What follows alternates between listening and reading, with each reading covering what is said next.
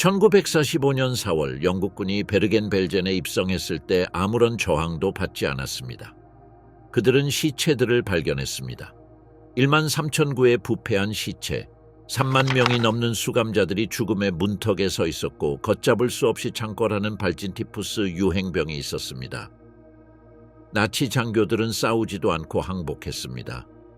그들 중에는 수용소 내부 행정을 담당하던 제복을 입은 젊은 여성 몇 명도 있었습니다. 그들은 조수나 단순한 부하가 아니었습니다. 그들은 권위 있는 직책을 맡았고 감시와 처벌 시스템 내에서 직접적인 역할을 맡았습니다. 그들이 수용소에 있었던 것은 정황적이거나 상징적인 것이 아니라 정권의 기능에 적극적으로 관여한 것이었습니다. 영국에게는 그것만으로도 그들에게 책임을 묻고 군사재판에 회부하기에 충분했습니다. 이 여성들은 누구였을까요? 어떻게 이런 직책을 맡게 되었을까요? 그리고 연합국이 역사상 처음으로 전쟁 범죄로 여성들을 처형하게 된 이유는 무엇일까요? 베르겐벨젠 해방, 드러난 공포. 1945년 4월 초 영국 제11기 갑사단은 연합군의 승리를 향한 마지막 작전의 일환으로 독일 영토를 통과하여 진격했습니다. 사단의 원래 임무는 독일 북부의 산업도로와 엘베 강의 전략적 교차로를 확보하여 함부르크에 대한 최후의 공격을 위한 토대를 마련하는 것이었습니다. 당시 그 군 부대의 장교 중 누구도 그들의 징용로가 제2차 세계대전 중 가장 충격적인 발견 중 하나로 이어질 것이라고는 예상하지 못했습니다. 첫 번째 조우는 독일군 분견대가 항복의 백기를 흔들며 영국군 진지에 접근했을 때 발생했습니다. 지휘관인 독일 장교는 근처에 SS 친위대 관할 군부대가 있는데 그곳에서 통제할 수 없는 발진티푸스 유행병이 발생했다고 설명했습니다. 요청 내용은 구체적이었습니다. 전투로 인해 병이 수용소 경계를 넘어 확산되는 것을 막기 위해 지역 휴전을 체결해 달라는 것이었습니다. 영국군 사령관들은 처음에는 이 작전이 지연될 것이라고 생각하며 회의적이었지만 결국 사찰에 동의했습니다. 4월 13일에 체결된 잠정협정은 영국군이 즉각적인 위생 조치를 이행하는 조건으로 무장 저항 없이 해당 지역에 진입할 수 있도록 규정했습니다. 독일군이 밝히지 못한 것은 자신들이 항복하는 시설의 진짜 실체였습니다. 4월 15일 제63 대전차 연대 병사들이 베르겐벨젠 수용소 정문을 통과한 최초의 연합군이 되었습니다. 수용소장 요제프 크라머와 그 자리에 남아있던 소수의 친위대원들은 체념과 안도 사이를 오가는 태도로 그들을 맞이했습니다. 처음의 풍경은 거의 일상적인 것처럼 보였습니다. 질서전견한 군시설, 줄지어선 막사, 겉보기에는 평범한 행정 사무실들이었습니다. 그러나 첫 번째 조사에서 이전의 어떤 군사적 대비책도 능가하는 현실이 드러났습니다. 1만 3천 구가 넘는 시체가 야영지 곳곳에 흩어져 있었고 일부는 임시 무덤으로, 다른 일부는 건물 곳곳에 흩어져 있었습니다. 시체들은 극심한 영양실조의 징후를 뚜렷이 보였고 뼈는 피부로 거의 가려져 있지 않았습니다. 많은 시체들이 열린 상처와 감염된 궤양, 그리고 신체적 폭력의 흔적을 뚜렷하게 보였습니다. 막세는 수만 명의 수감자들이 살아있었지만 그들의 몸 상태는 죽음 직전이었다. 남녀노소 할 것 없이 나무 판자 위나 진흙투성이 바닥에 누워 있었고 온몸에는 배설물과 소변 그리고 말라붙은 피가 뒤덮여 있었다. 악취가 너무 심해서 몇몇 영국군 병사들은 건물에 들어서자마자 토해냈다. 아직 의식이 남아있던 수감자들은 인간성을 완전히 잃어버린 눈으로 새로 도착한 사람들을 응시했다. 영국 군의관들이 초기 평가를 실시했을 때 보건 재앙의 심각성이 명확해졌습니다. 발진티푸스 유행은 심각한 수준에 이르렀고 위생 조치가 전혀 갖춰지지 않아 수개월 동안 통제 불능 상태로 확산되었습니다. 질병의 주요 매개체인 이가 수용소 구석구석을 휩쓸었습니다. 격리시설도 기본적인 의약품도 심지어 충분한 식수조차 없었습니다. 이 정도 규모의 인도적 위기에 처음으로 직면한 영국군은 즉흥적으로 즉각적인 대응에 나섰습니다. 가장 중증 환자와 아직 서 있을 수 있는 환자를 분리하기 위해 위생 차단선을 설치했습니다. 석회와 쉽게 구할 수 있는 화학 물질을 사용하여 대대적인 소독 작업을 시작했습니다. 초기 조치에는 모든 생존자의 털을 완전히 깎고 감염된 옷을 태우는 것이 포함되었습니다. 알려지면서 위기의 물류는 더욱 복잡해졌습니다. 나치의 공포에서 살아남은 사람들의 몸은 수개월간의 굶주림으로 음식을 소화하지 못하는 신체의 무능력에 굴복하고 있었습니다. 극심한 영양실조 사례에 대한 경험이 전무했던 영국 의사들은 지방과 단백질이 너무 풍부한 식사를 제공함으로써 치명적인 실수를 저질렀습니다. 중증도가 낮은 생존자들을 옛 혼의 군사 기지로 이송하는 작업은 대규모 구조 작전으로 이어졌습니다. 몇 주 동안 구급차와 군용 트럭들이 약 3만 명을 더 나은 시설을 갖춘 시설로 대피시켰습니다. 그러나 많은 사람들이 대피 과정에서 발생하는 극심한 신체적 움직임을 견뎌낼 수 없었습니다. 해방 후 첫 몇 주는 안도감, 공포, 그리고 절망이 뒤섞인 감정으로 점철되었습니다. 포로들에게 영국군의 도착은 구원을 의미했지만 그들의 몸은 수년간의 조직적인 학대로 인한 손상에서 더 이상 회복될 수 없었습니다. 연합군 병사들에게 베르겐벨제는 6년간의 전쟁 동안 그들이 겪었던 야만성을 생생하게 보여주는 상징이 되었습니다. 이 초기 몇 주 동안의 사진과 영상 기록은 훗날 법정에서 결정적인 증거가 되었습니다. 영국군 영상 서비스 소속 카메라맨들은 시체, 죽어가는 생존자들 위생 상태, 수용소 시설 등 그 참혹한 상황의 모든 측면을 기록했습니다. 비록 보기는 어려웠지만 이러한 영상들은 이후 재판에서 반박할 수 없는 증거가 되었습니다. 벨센 재판, 최초의 홀로코스트 재판. 베르겐벨젠 사건의 범죄를 재판하기 위해 영국 군사재판소가 설립된 것은 국제사법사에서 중요한 전환점이었습니다. 서방 군사재판소가 처음으로 전쟁법의 전통적인 범주를 넘어서는 범죄를 기소해야 하는 과제에 직면하게 된 것입니다. 1945년 9월부터 11월까지 르네부르크에서 열린 이 재판은 유명한 뉘른베르크 재판보다 앞서 진행되었으며 근본적인 법적 선례를 확립했습니다. 법적 체계는 1945년 제정된 전쟁범죄왕리법 War Crimes Royal Act에 기반을 두었으며 이 법은 연합군 점령 지역에서 자행된 국제법 위반을 재판할 수 있는 영국 군사재판소의 관할권을 부여했습니다. 적용 가능한 법률에는 1907년 헤이그 협약과 1929년 제네바 협약이 포함되었으며 민간인 학대를 금지하는 관습 국제법 원칙이 이에 추가되었습니다. 재판소 구성은 영국 당국이 이 사건에 부여한 중대성을 반영했습니다. 알파 비스콧 대령은 군법 경험이 있는 5명의 군사 판사로 구성된 재판부를 주재했습니다. 기소는 MPMEM 백하우스 중령이 주재했고 전쟁 범죄 전문 검사팀이 함께했습니다. 이러한 구조는 민간 배심원의 참여를 배제하고 특별히 훈련된 판사들에게 판결 책임을 집중시켰습니다. 45명의 피고인은 베르겐벨젠과 아우슈비츠에서 근무했던 다양한 계층의 사람들을 대표했습니다. 두 수용소에서 저질러진 범죄를 공동 재판하기로 한 결정은 나치 기관의 필요에 따라 여러 시설로 이송되었던 많은 피고인의 전문적 배경을 반영한 것이었습니다. 이러한 사법 전략은 강제 수용소 시스템에 대한 개인의 참여를 완전히 파악할 수 있게 해주었습니다.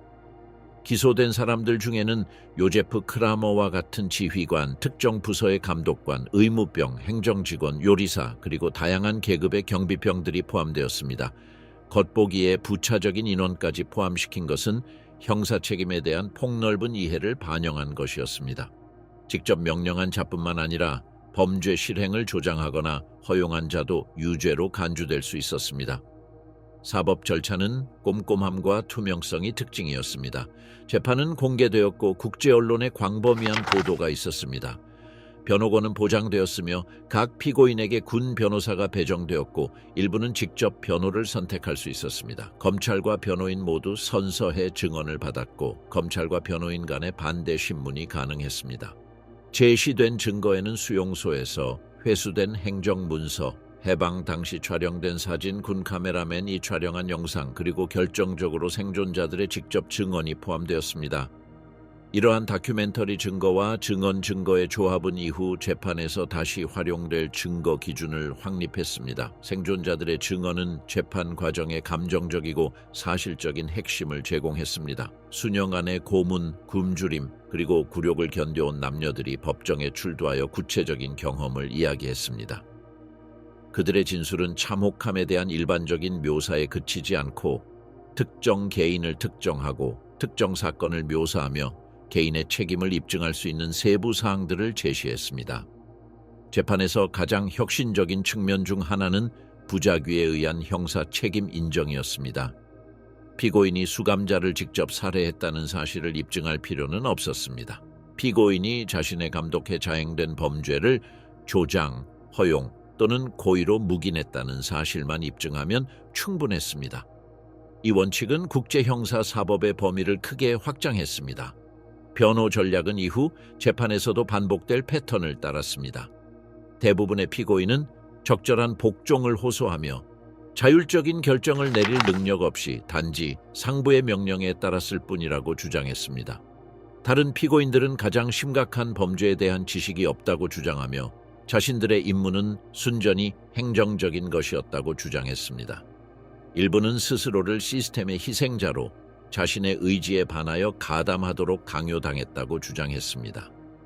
법원은 이러한 항변들이 제시된 증거와 상충한다고 판단될 때마다 이를 일관되게 기각했습니다. 법원은 명령이 명백한 반인륜 범죄와 관련된 경우 정당한 복종은 책임을 면제해주지 않는다고 판시했습니다. 피고인들이 범죄 관련 정보에 직접 접근할 수 있는 위치에 있었기 때문에 무지는 용납될 수 없다고 판단했습니다. 법원은 몇 주에 걸쳐 심의를 진행하며 각 피고인에 대한 구체적인 증거를 사례별로 평가했습니다. 적용된 기준에는 범죄에 대한 직접적 관여 정도, 피고인의 직위, 재판 과정에서 보인 태도, 그리고 여러 독립적인 증언의 일관성이 포함되었습니다. 1945년 11월 17일에 선고된 형량은 책임의 경중을 명확히 했습니다. 요제프 크라머와 여성 경비원 3명을 포함한 피고인 11명에게 사형이 선고되었습니다. 나머지 형량은 범죄에 대한 입증된 가담 정도에 따라 1년에서 종신형까지 다양했습니다. 사형 선고의 근거는 여러 건의 살인에 직접 가담하고 체계적인 고문을 감독하고 수감자들을 위해 고의로 치명적 환경을 조성하거나 유지한 혐의였다. 시스템 운영에 관여했지만 구체적인 사망 사건과 직접 관련이 없는 자들에게는 더 가벼운 형량이 적용되었다. 벨센 재판의 역사적 의의는 그 즉각적인 결과에만 국한되지 않습니다. 이 재판은 반인도적 범죄를 특정 법적 범주로 인정하고 피해자 증언을 유효한 증거로 수용하며 복잡한 조직 구조 내에서 자행된 범죄에 대한 개인의 책임을 규정하는 등 국제형법 발전에 중요한 선례를 남겼습니다. 하멜린 처형, 밧줄을 이용한 영국의 정의. 벨센 재판에서 사형 선고를 받은 사람들의 처형을 계획하는 데는 영국 사법 역사상 전례 없는 행정적 조율이 필요했습니다. 군 당국은 영국의 법적 절차와 공정한 사법에 대한 국제적 기대를 모두 준수하면서 11건의 사형을 동시에 집행해야 하는 어려움에 직면했습니다. 하멜린 교도소는 적절한 기반 시설과 영국 점령 지역 내 전략적 위치를 고려하여 처형 장소로 선정되었습니다. 선고되자마자 병참 준비가 시작되었습니다.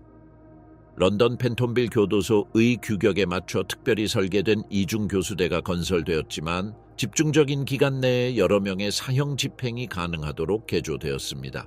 이 구조물은 본관의 다른 교도소 시설과 완전히 분리된 별관에 설치되어 보안과 재판 절차의 통제를 보장했습니다. 보안 조치에는 허가받지 않은 인원의 접근을 완전히 제한하고 지역군 사령부와 직접 연락망을 구축하며 사망을 인증하기 위한 의료 절차를 마련하는 것이 포함되었습니다. 사형수 이송부터 시신 처리까지 모든 절차를 감독하기 위해 전담 경찰관이 지정되었습니다. 영국의 공식 사형 집행관인 알베르 피에르 포인트는 처형 감독을 위해 영국에서 특별히 파견되었습니다. 그의 선택은 기술적 전문성뿐만 아니라 효율성과 전문성에 대한 그의 명성에 기반했습니다. 피에르 포인트는 체중, 키, 체격, 나이 등의 요소를 바탕으로 각 사형수에게 필요한 낙하 길이를 정확하게 계산하는 정밀한 계산법을 개발했습니다. 롱드롭으로 알려진 이 기술은 경추를 즉시 골절시켜 빠른 죽음을 초래하고 고통을 줄이는 것을 목표로 했습니다. 이 방법은 정확한 수학적 계산을 요구했습니다.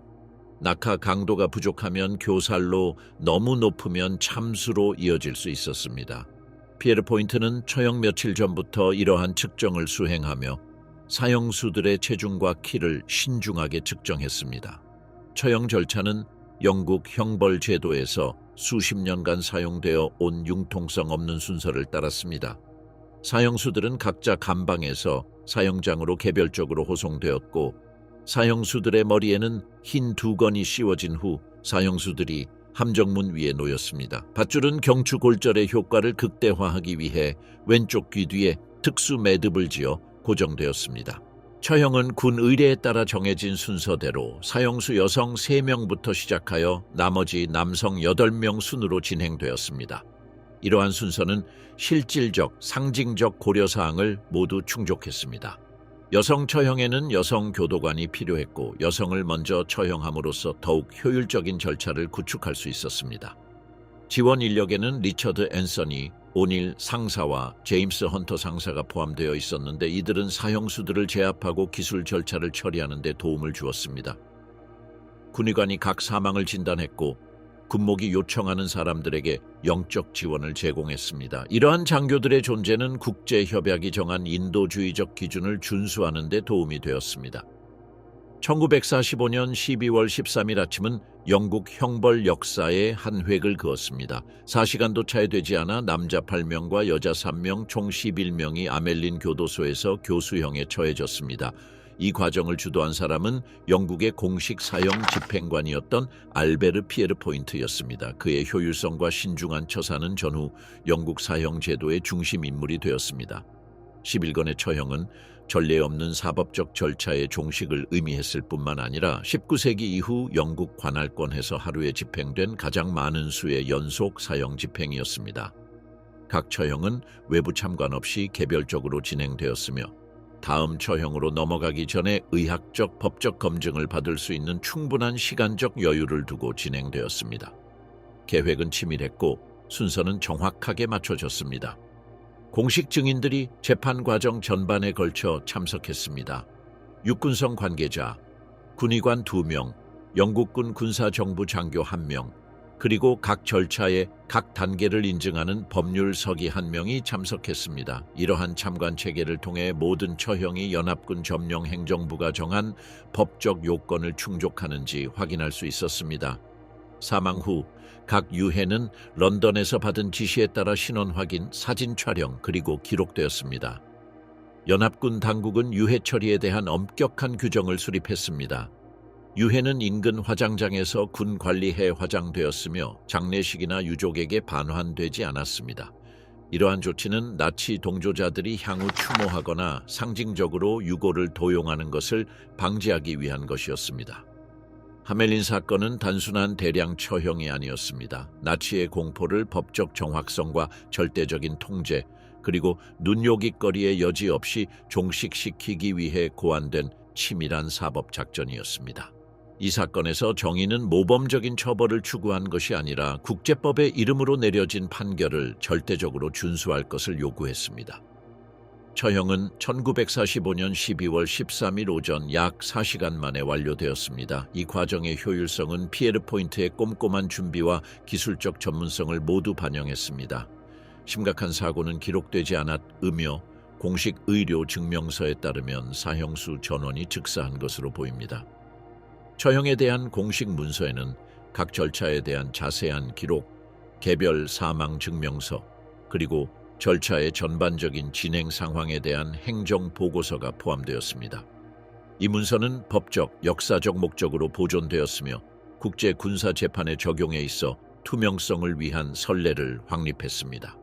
처형에 대한 언론 보도는 통제되었지만 중요한 의미를 지녔습니다. 기자들은 재판에 직접 참석할 수 없었지만 결과를 자세히 설명하는 공식 성명이 발표되었습니다. 영국과 국제 언론은 재판의 결론과 나치 범죄에 대한 정의 구현의 상징성을 강조하며 이 사건을 광범위하게 보도했습니다. 영국과 동맹국에서는 사형 집행에 대한 대중의 반응이 대체로 호의적이었습니다. 여론은 이 사형 집행을 예외적인 규모의 범죄에 대한 비례적 대응으로 인식했습니다. 그러나 여성에 대한 사형 집행에 대한 논쟁 또한 일어났는데 이는 일부 정치권과 종교계에서 논란을 불러일으켰습니다. 처형 후 절체는 엄격한 보건 규정에 따라 교도소 인근 시설에서 시신을 화장하는 것이 포함되었습니다. 유해는 유족에게 전달되거나 추모를 위해 보관되지 않았는데 이는 나치 동조자들을 위한 상징이나 순례지가 조성되는 것을 막으려는 당국의 의도를 반영한 것입니다. 하멜린 처형 경험은 이후 다른 전쟁 범죄 사건에 적용될 규약을 확립했습니다. 기술적 효율성, 법적 절차 존중, 그리고 행정적 투명성의 결합은 국제적 맥락에서 사형제 적용의 기준이 되었습니다. 이러한 사형 집행의 유사는 정의 구현이라는 즉각적인 의미를 넘어섭니다. 이는 벨센 재판에서 확립된 원칙, 즉 가해자의 계급, 성별, 국적과 관계없이 반인륜 범죄에 대한 개인의 책임은 처벌받지 않을 수 없다는 원칙이 실질적으로 실현되었음을 보여줍니다. 이르마 그레세, 사디즘에 얼어붙은 얼굴. 그레세 사건에서 가장 당혹스러운 심리적 현상은 잔혹함이 아니라 그녀의 도덕적 변화 속도에 있었습니다. 4년도 차에 되지 않아 이전에 폭력 전력이 없던 10대 소녀는 영국 정신과 의사들이 순수한 가학성의 임상적 표본이라고 묘사할 만한 모습으로 변했습니다. 그녀의 사건은 인간학의 본질에 대한 당대 이론들을 제고하게 만들었습니다. 레헨에서 보낸 어린 시절에 나타났습니다. 이름하는 작은 동물의 죽음에 병적인 집착을 보였는데 이는 그녀의 형제 자매들이 나중에 이상하지만 놀랍지는 않다라고 회상하게 될 특징이었습니다. 그녀는 다친 새를 발견하면 돕거나 무시하는 대신 의도적으로 고통을 연장했습니다. 이러한 초기 행동은 적절한 맥락을 찾을 때까지 숨겨진 가학적 충동의 존재를 시사했습니다. 그녀의 청소년기를 특징짓는 가족 비극, 즉 어머니의 독살 자살은 그녀에게 정서적 트라우마를 안겨주었을 뿐만 아니라 인간의 죽음에 대한 인식을 근본적으로 바꾸어 놓았습니다. 그녀가 나중에 일했던 요양소의 진료 기록에 따르면 그녀는 환자들의 고통에 비정상적인 임상적 무관심을 보였다고 합니다. 이러한 정서적 무관심은 이후 그녀의 범죄 행위의 토대가 되었습니다.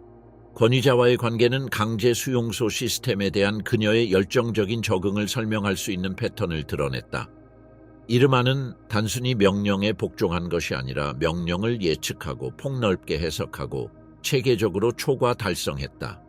라 펜스브리크의 감독 보고서는 그녀가 처벌을 집행하는 데 있어 뛰어난 주도성을 보였다고 기록했는데 이는 허가받지 않은 고문을 꾸며내는 그녀의 경향을 감추기 위한 행정적 완고거법이었다.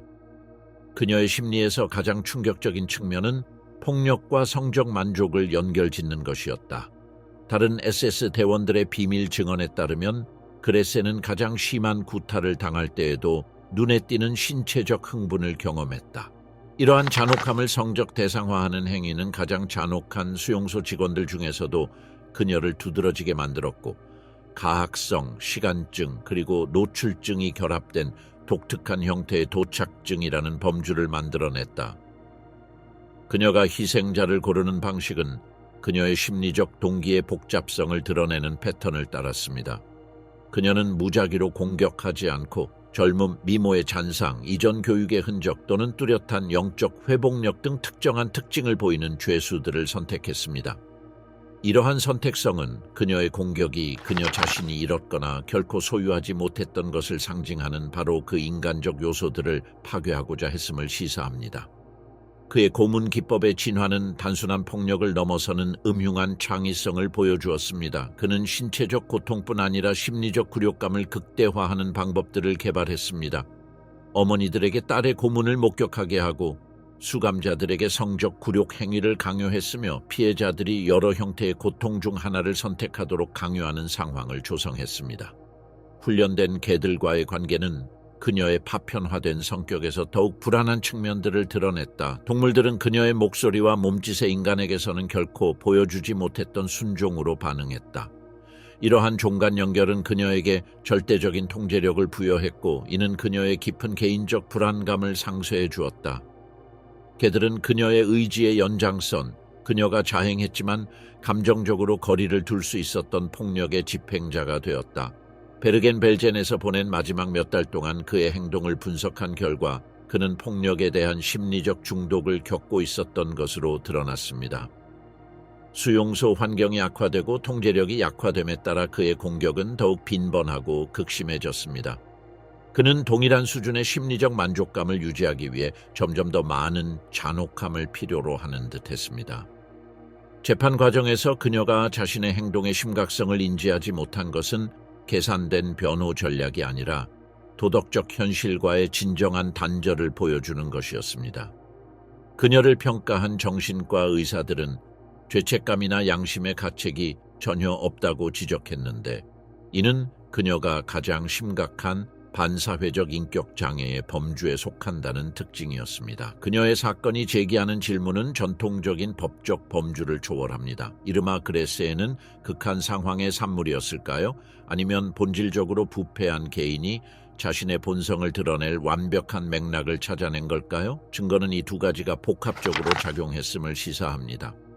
파괴적인 충동의 극단적인 표출을 허용할 뿐만 아니라 오히려 장려하는 시스템 때문에 기존의 심리적 취약성이 더욱 커졌다는 것입니다.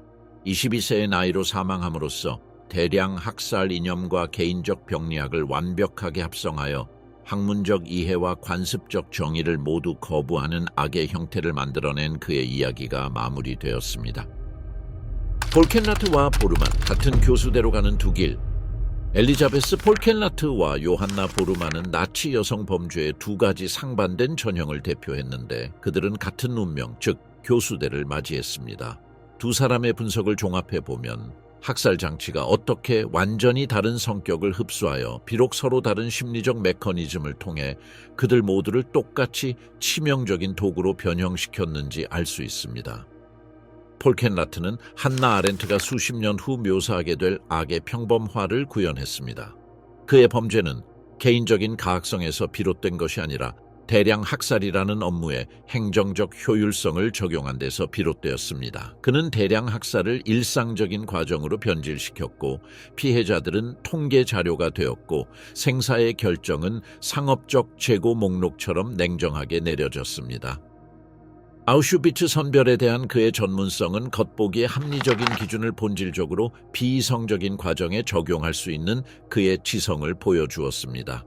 그는 나이, 신체 조건, 직무 적합성, 저항의 징후 등 학살 과정을 최적화하는 분류 체계를 개발했습니다.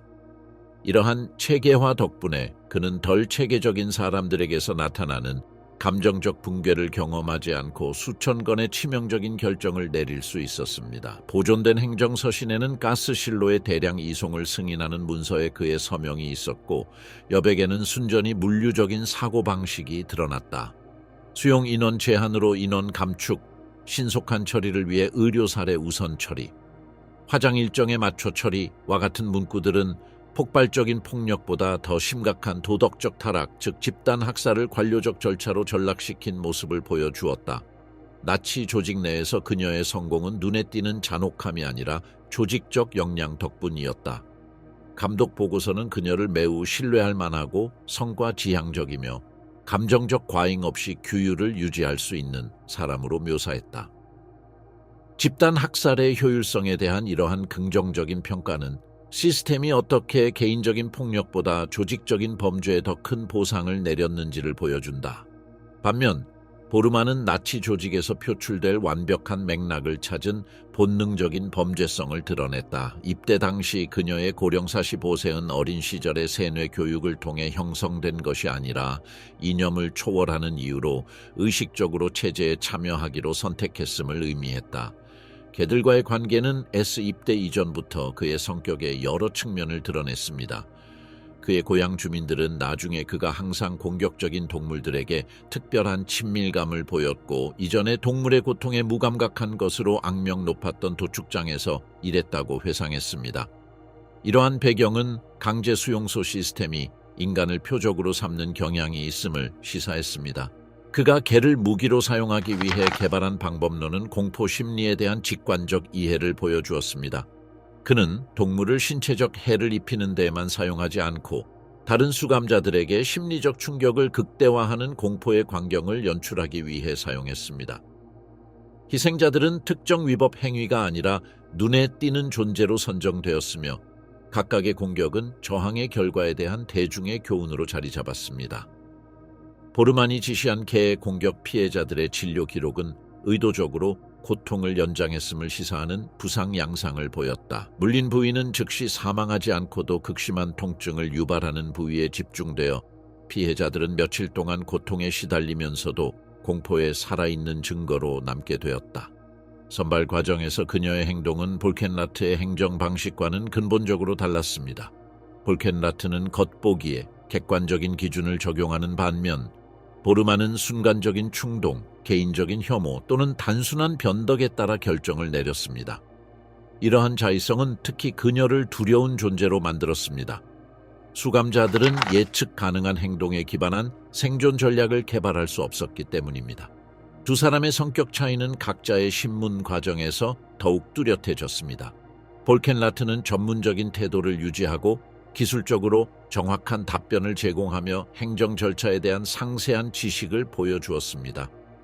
그녀의 전략은 도덕적인 내용에 의문을 제기하지 않고 명령을 수행한 유능한 공무원으로 자신을 드러내는 것이었습니다. 반면 보르만은 자신이 왜 재판을 받는지에 대해 진심으로 혼란스러워했습니다. 자신의 행동이 법적으로 어떤 의미를 갖는지에 대한 그녀의 제한적인 이해는 그녀가 사용한 고문 기술에 대한 상세한 지식과 대조적이었습니다. 실질적인 역량과 도덕적 이해 부족 사이의 이러한 괴리는 또 다른 형태의 심리적 부패를 보여주었습니다. 각각의 판결문을 분석하면 법원이 이 두 가지 유형의 범죄를 어떻게 평가했는지 알 수 있습니다. 볼켄라트 그녀는 주로 대량 학살에 조직적으로 가담한 혐의로 유죄 판결을 받았는데 특히 그녀의 범죄의 특징인 사전 계획과 계획성이 강조되었습니다. 판결은 그녀의 행정 효율성이 학살 기관의 운영에 핵심적인 역할을 했다는 점을 인정했습니다. 보르만은 특정 고문 및 살인 혐의로 유죄 판결을 받았는데 이는 볼켄라트의 범죄보다 범행 횟수는 적었지만 장기간에 걸쳐 극적으로 자행되었다는 점에서 특히 잔혹한 것으로 간주되었습니다. 법원은 그녀의 범죄 행위가 비록 체계적이지는 않았지만 단순한 신체적 죽음 이상의 고통을 초래했다는 점을 인정했습니다. 그들의 동시 처형은 집단 학살에 가담하는 다양한 형태 사이에 도덕적 위계를 정하지 않으려는 사법체계의 결의를 상징했습니다. 관료적 효율성과 본능적 잔혹함 모두 집단 학살 목적에 사용되었을 때 동일한 처벌을 받아 마땅했습니다. 두 사건의 유사는 나치 조직이 학살에 얼마나 다양한 동기와 개성을 동원했는지를 보여줍니다. 근본적인 역사적 교훈은 대량 학살에는 이념적 광신자나 병적인 가학주의자들만 필요한 것이 아니라 다양한 심리적, 사회적 메커니즘을 통해 겉보기에 정상인인 개인들까지도 흡수하고 타락시킬 수 있다는 것입니다. 불완전한 재판, 형량이 범죄에 미치지 못하는 경우 헤르타를 구한 사법적 판결 엘러트, 헤르타 보테 그리고 이레네 하슈케의 사형 집행 사례는 법원이 형사 책임을 평가할 때 직면했던 윤리적, 증거적 복잡성을 드러냅니다. 그들의 사례는 나이, 계급, 특정 증언의 가능성과 같은 겉보기에 사소해 보이는 요소들이 어떻게 비상한 정의의 맥락에서 생사를 가르는지를 보여줍니다. 이 사건들에서 가장 충격적인 역설은 사형을 면한 3명의 사형수 여성이 개별적으로는 사형 집행을 받은 일부 여성들보다 더 직접적인 고통을 야기할 수 있었다는 것입니다. 그러나 확보 가능한 증거의 성격, 범죄의 특수한 상황, 그리고 사법 절차의 한계로 인해 도덕적 책임과 법적 처벌이 반드시 일치하지 않는 상황이 발생했습니다. 헤르타 엘러트는 책임의 정도라는 관점에서 볼 때 가장 복잡한 사례였다.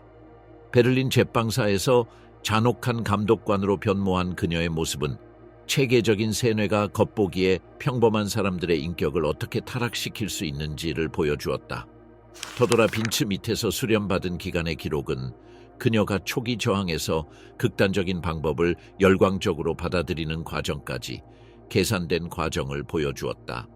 그의 사건은 개인의 책임과 제도적 조건 형성에 대한 근본적인 의문을 제기했습니다. 재판을 위해 작성된 정신과 보고서에 따르면 그는 근본적으로 괜찮은 사람이라는 자존감을 유지하면서도 극도로 잔혹한 행위를 저질 수 있는 기능적 해리를 겪었던 것으로 나타났습니다. 이러한 심리적 구분은 형사 책임에 대한 전통적인 판단을 복잡하게 만들었습니다. 엘러트에 대한 구체적인 증언은 단순한 명령 복종을 넘어서는 행동 양상을 드러냈다. 그녀는 처벌 기법에 있어 개인적인 혁신을 발전시켰고 공식 지침서에는 없는 굴욕적인 시스템을 만들어냈으며 자신의 감독 하에 있는 수감자들의 고통을 가중시키는 데 주도적인 역할을 했다. 이러한 특징들은 그녀가 억압장치에 적극적이고 창의적으로 참여했음을 시사한다. 사형 대신 15년형을 선고한 것은 부분적으로 그녀의 상대적 연령과 특정 살인 사건에 연루되었다는 직접적인 증거가 없다는 점을 고려한 결과였습니다. 그러나 재판 이후 나온 후속 증언들은 심각한 학대와 직접 살인을 구분하는 것이 조직적인 학대가 사실상 유해 살인에 해당하는 상황에서 인위적인 것이라고 시사했습니다. 1953년 그의 조기 석방은 수십 년간 지속된 논란을 불러일으켰습니다. 생존자 단체들은 8년간의 수감은 수천 명의 목숨을 앗아간 범죄에 대한 처벌로 충분하지 않다고 주장했습니다. 이 결정은 정의에 대한 완전한 요구보다 서독의 안정을 우선시하는 광범위한 화해 정책을 반영한 것이었습니다. 헤르타보테는 전통적인 법적 범주를 거스르는 색다른 범죄를 자행했습니다. 범행 당시 24살이었던 그녀는 잠재적인 재활에 대한 기대감을 높였지만 이는 그녀의 행동에 대한 증거와는 극명한 대조를 이루었습니다. 그녀의 감독하에 있던 피해자들의 진료 기록에는 일상적인 징계보다는 고의적인 가학성을 시사하는 부상이 기록되어 있었습니다. 그가 수감자를 처벌하는 데 사용한 도구에 대한 법의학적 분석 결과 그가 개인적으로 변형하여 피해를 증폭시킨 부분이 드러났습니다. 그는 작업 도구의 날을 날카롭게 만들고 표준 곤봉에 날카로운 요소를 추가했으며 뼈 골절을 극대화하는 타격 기술을 개발했습니다. 이러한 혁신은 고통을 가하는 방법을 완벽하게 만드는 데 만족감을 느낀 그의 사고방식을 보여줍니다. 재판 전 신문 과정에서 그의 행동은 정신과 의사들이 폭발적인 경향을 동반한 심각한 정서적 불안정으로 분류한 특징을 보였다. 그는 책임을 완전히 부인하는 모습과 분노를 터뜨리는 모습을 번갈아 보이며 자신이 가한 폭력을 생생하게 묘사했다. 이러한 정서적 불일치는 그의 도덕적 이해 능력에 대한 평가를 복잡하게 만들었다.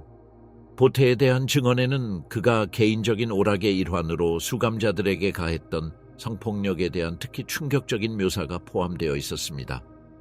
공식적인 수용소 규약에도 포함되지 않았던 이러한 행위들은 제도적 기대를 뛰어넘는 굴욕감을 부여하는 데 있어 음흉한 창의성을 드러냈습니다. 그가 받은 10년형은 법원이 그의 나이와 베르겐벨젠에서 마지막 시기를 보내면서 겪었던 극심한 압박감과 관련된 감형 요소를 고려한 결과였습니다. 그러나 1951년 불과 6년 만에 그가 석방되자 경범죄 전범에게 적용되는 사법제도의 일관성에 의문을 제기하는 국제적인 항의가 촉발되었습니다. 수십 년 후 언론의 모습을 드러낸 그의 모습은 자신의 행동의 도덕적 심각성을 제대로 파악하지 못하는 끊임없는 무능함을 드러냈습니다.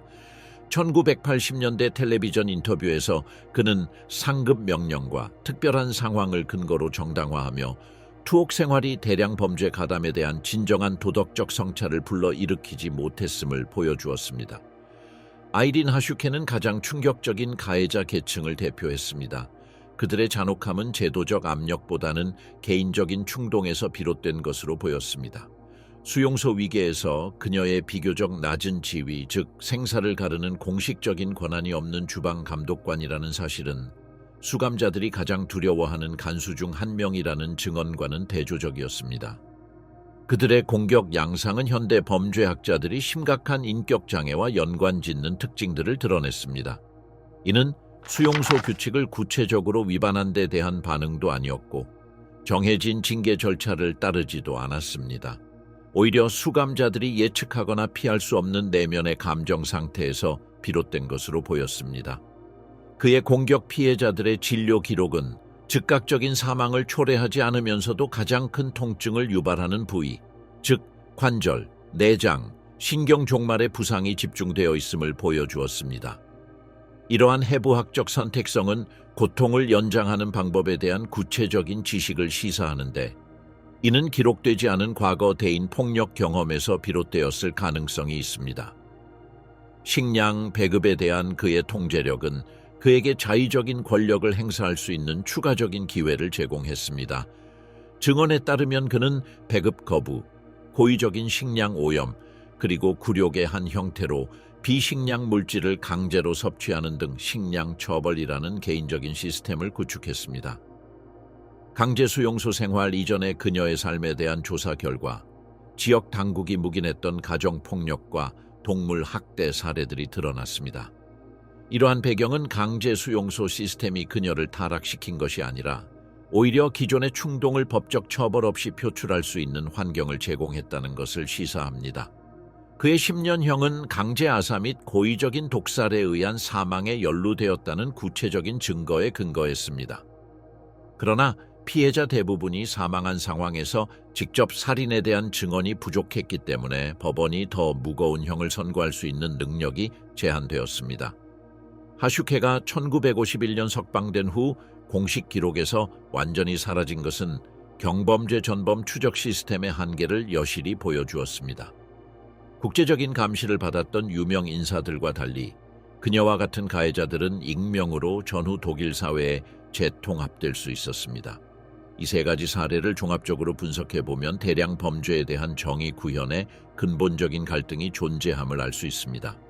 증거의 한계, 비례성의 고려, 그리고 화해라는 더 광범위한 정치적 목표는 극심한 고통에 책임이 있는 사람들이 많은 전문가들이 부적절하다고 생각하는 처벌을 받는 상황을 만들어냈습니다. 처형당하는 동안 이 세 여성이 살아남은 것은 체계적인 범죄의 맥락에서 책임을 평가하는 기준에 대한 끊임없는 의문을 제기합니다. 이들의 후속 사례들, 즉 조기 석방, 사회복귀, 도덕적 성찰의 부재는 전후 사법제도가 완전한 보복의 요구보다 실질적인 고려를 우선시했음을 시사합니다. 이 사건들의 유사는 일반적인 도덕적, 법적 범주를 초월하는 범죄에 비례적 정의를 적용하려는 시도가 지닌 복잡성을 보여줍니다. 수백만 명의 무고한 희생자가 희생된 반면 경범죄자들은 살아남았다는 사실은 유럽 재건 시대의 가장 쓰라린 아이러니 중 하나입니다. 살아있는 자들의 복수, 해방의 반대편. 해방 직후 군사적 정의와 공공질서라는 전통적인 범죄에 도전하는 상황들이 발생했습니다. 트라우마를 겪은 피해자, 체포된 가해자, 그리고 압도당한 해방자들이 동시에 존재하면서 제도적 대응이 개인적 복수와 민중적 정의에 대한 충동과 상호작용하는 복잡한 사회적 역학관계가 형성되었습니다.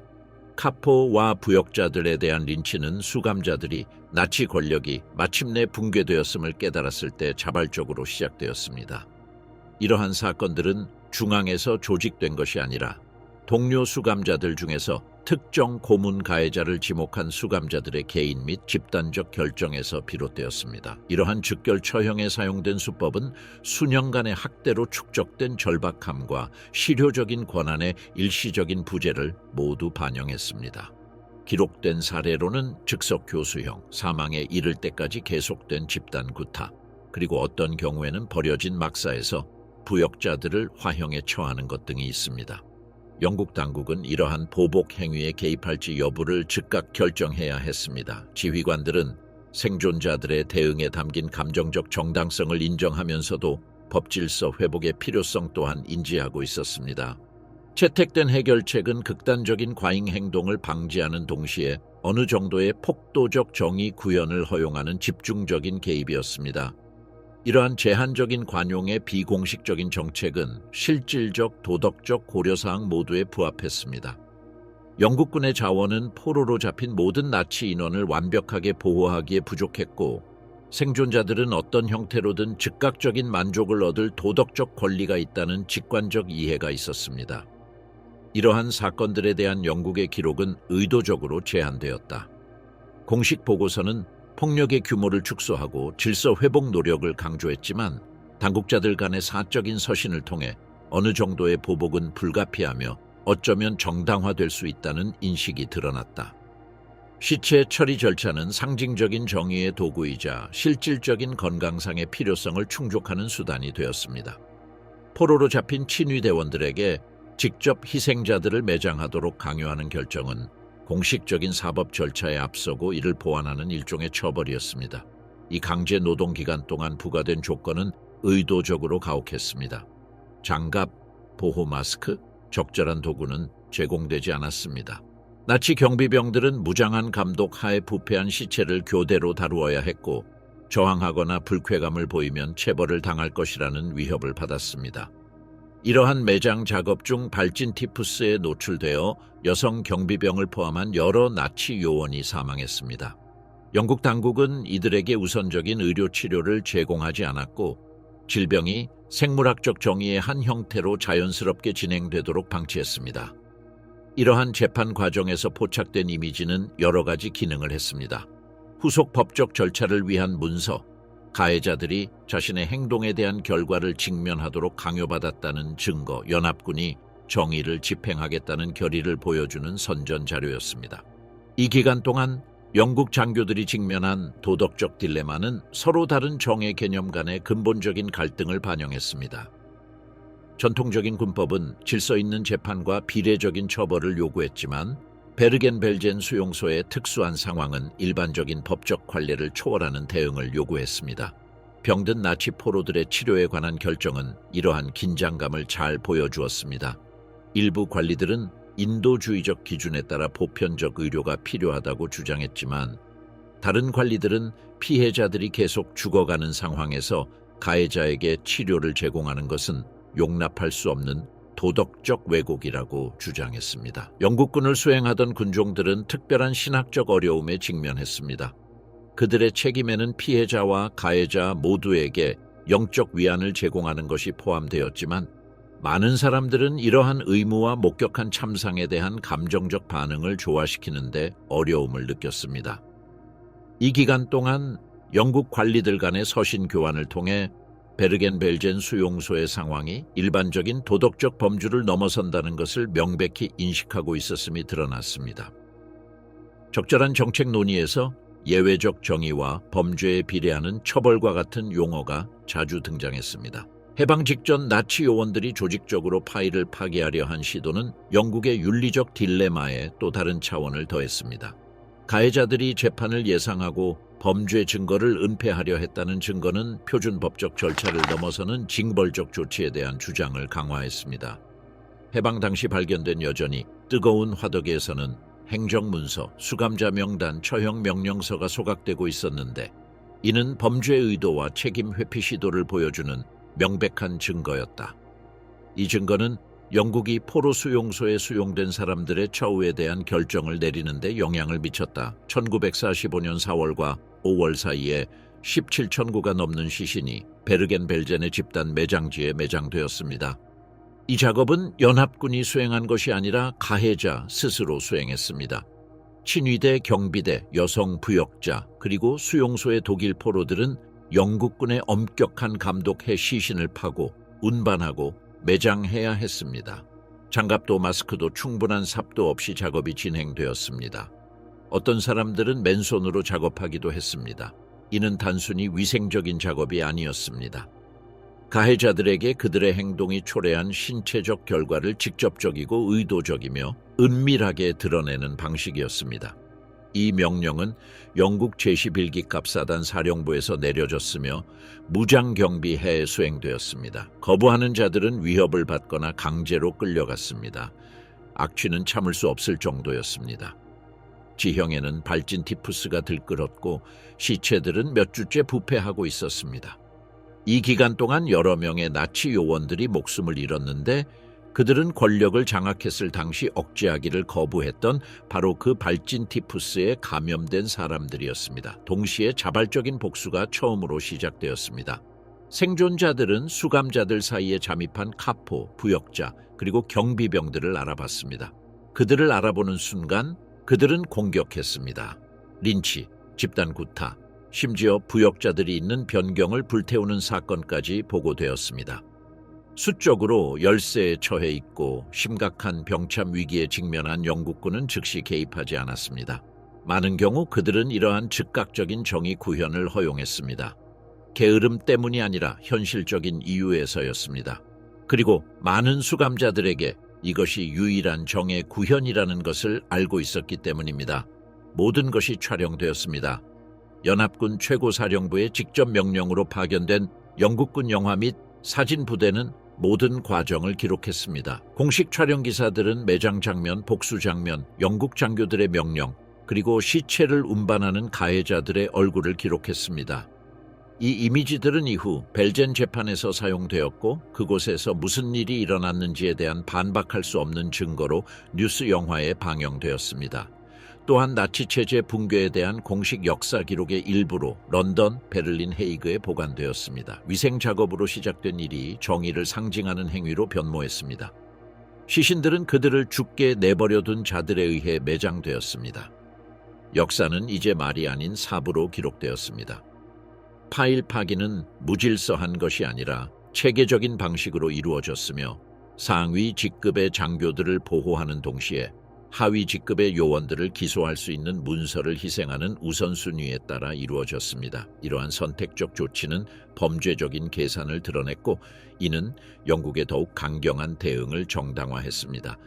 폭도들의 보복 사건에 대한 개입을 둘러싼 딜레마는 많은 생존자들이 신체적 상태나 임박한 죽음으로 인해 정식 법정에서 증언할 기회를 결코 얻지 못할 것이라는 인식으로 인해 더욱 복잡해졌습니다. 즉각적인 복수만이 정의를 실현할 수 있는 유일한 기회일 수 있습니다. 베르겐-벨젠에서 이 몇 주 동안 개발된 정책들은 이후 해방된 다른 수용소들의 유사한 상황에 대한 선례를 남겼습니다. 법질서와 민중의 정의, 제도적 절차와 감정적 반응 사이의 균형은 전쟁의 나머지 기간 동안 다양한 맥락에서 영국의 접근 방식에 영향을 미쳤습니다. 이러한 경험들이 제기하는 윤리적 문제는 향후 수십 년간 국제 정의에 대한 논의에서 공명할 것입니다. 법적 절차와 도덕적 만족, 개인의 죄책감과 집단적 책임, 처벌과 사회 복귀의 관계는 국제형법의 핵심 주제로 남을 것입니다.